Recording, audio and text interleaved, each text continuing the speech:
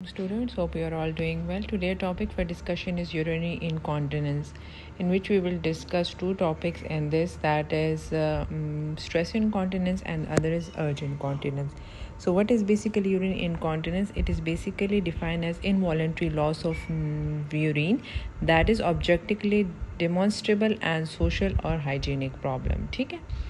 So common symptoms associated with urinary continence is classified according to pathophysiological concept rather than symptomatology. ठीक है, it is basically classified as pathophysiology. Symptomatology के basis पर इसको classify नहीं करते. ठीक है. Women may also complain of prolapse, sexual dysfunction due to leakage and coexisting anal incontinence, hematuria in the absence of infection required from urological रेफलर. ठीक है.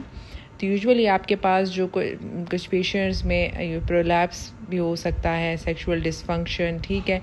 तो इसमें क्या हो सकता है कि प्रोलैप्स के साथ भी मैंने आपको पढ़ाया था कि प्रोलैप्स के साथ भी इनकॉन्टिनेंस हो सकता है. यूजुअली हमारे पास स्ट्रेस इनकॉन्टिनेंस इन पेशेंट्स में ज़्यादा होता है, क्योंकि वो ब्लेडर और जो यूथरा का जो एंगल है, यूट्रोवेसाइकल एंगल है, वो ख़राब हो जाता है. तो जिसकी वजह से वो स्ट्रेट होके तो इस वजह यूरिन लीक होता है, यूजुअली कफ और एक्सरसाइज इनकी वजह से. ठीक है. तो जो प्रोलैप्स के हमारे पास यूजुअली कॉजेज़ होते हैं, ठीक है, तो वो आपके पास स्ट्रेस इनकॉन्टिनेंस के भी यूजुअली वही कॉजेज़ होते हैं. ठीक है, जो कॉजेज़ इस एंगल को ख़राब करते हैं. ठीक है. तो प्रोलैप्स की वजह से भी अपने सारे जो लिगामेंट्स को जो स्ट्रक्चर है वो वीकन हो जाते, वो अपनी पोजीशन से आ जाते हैं. ठीक है. तो मिसप्लेस हो जाते, तो इस वजह से वो ब्लेडर को भी इफ़ेक्ट करते हैं. ठीक है. So common symptoms associated with incontinence, stress incontinence is the symptoms and sign means loss of urine on physical effort. ठीक है. It is not a diagnosis. तो स्ट्रेस इनकॉन्टिनेंस बेसिकली आपके पास क्या होगा, पेशेंट आपको हिस्ट्री देगी कि when she is doing exercise, cough और कुछ ऐसी टाइप की एक्टिविटी करती है तो उसके साथ यूरिन लॉस होता है. ठीक है. Urgency means a sudden desire to void. Urgency आपको यूजुअली अर्ज इनकॉन्टिनेंस में पेशेंट को मिलता है. ठीक है. अर्ज होता है कि बार बार वो यूरिन पास करे. ठीक है. Urge incontinence as involuntary loss of urine associated with strong desire to void. ठीक है. Overflow incontinence can occur without any detrusor activity when the bladder is over-distended.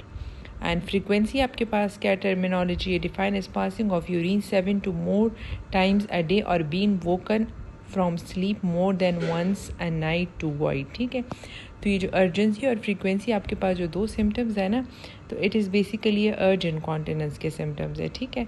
Patient आपके पास आएगी कि urge to void, sudden urge to void होती है. ठीक है. इनकम्प्लीट एम्प्टिंग होती है और इसमें भी आपके पास लीकिंग ऑफ यूरिन, मतलब पोस्ट ड्रिबलिंग, यूरिन पास करके ड्रिबलिंग होती है और फ्रीक्वेंसी बहुत ज़्यादा हो जाती. यूजुअली वो कहेंगे कि दिन में रात में भी उठना होता है. ठीक है. और दिन में भी इतनी ज़्यादा फ्रीक्वेंसीज़ है. ठीक है.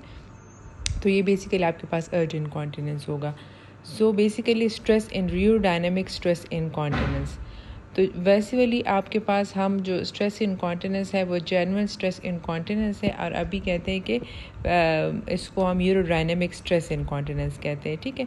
तो यूरोडायनेमिक स्ट्रेस इनकॉन्टिनेंस आप तब कहेंगे जब आप यूरोडायनेमिक स्टडी करेंगे, तो तब इसको आप लेबल करेंगे. अदरवाइज़ अगर पेशेंट सिम्टम के साथ आती है तो फिर आप उसको स्ट्रेस इनकॉन्टिनेंस कहते हैं. ठीक है. जब आप फिर कंडीशंस है कि उसमें हम यूरोडायनेमिक स्टडीज़ करते हैं, अदरवाइज़ हम सिम्टम्स बेस ही पेशेंट को वो डायग्नोस कर लेते हैं और ट्रीट करते हैं. ठीक है. तो अगर आपके पास फिर जब अगर फॉर एग्जांपल कुछ कंडीशन में जिसमें स्ट्रेस इनकॉन्टिनेंस में हम यूरोडायनेमिक्स करते हैं, तो जब आप यूरोडायनेमिक्स कर लें तो then we will label at urodynamic stress incontinence. ठीक है. So it is basically noted during filling cystometry and is defined as involuntary leaking of urine during increased intra-abdominal pressure in the absence of ureteruser contraction. ठीक है. तो इसमें क्या होता है कि आप यूरोफ्लोमेट्री इसमें करते हो, सिस्टोमेट्री, दो चीज़ें इसमें करते हैं. यूरोफ्लोमेट्री क्या होता है कि उसमें हम पेशेंट्स को वो करते हैं. ठीक है. ये आपके पास ये डायग्राम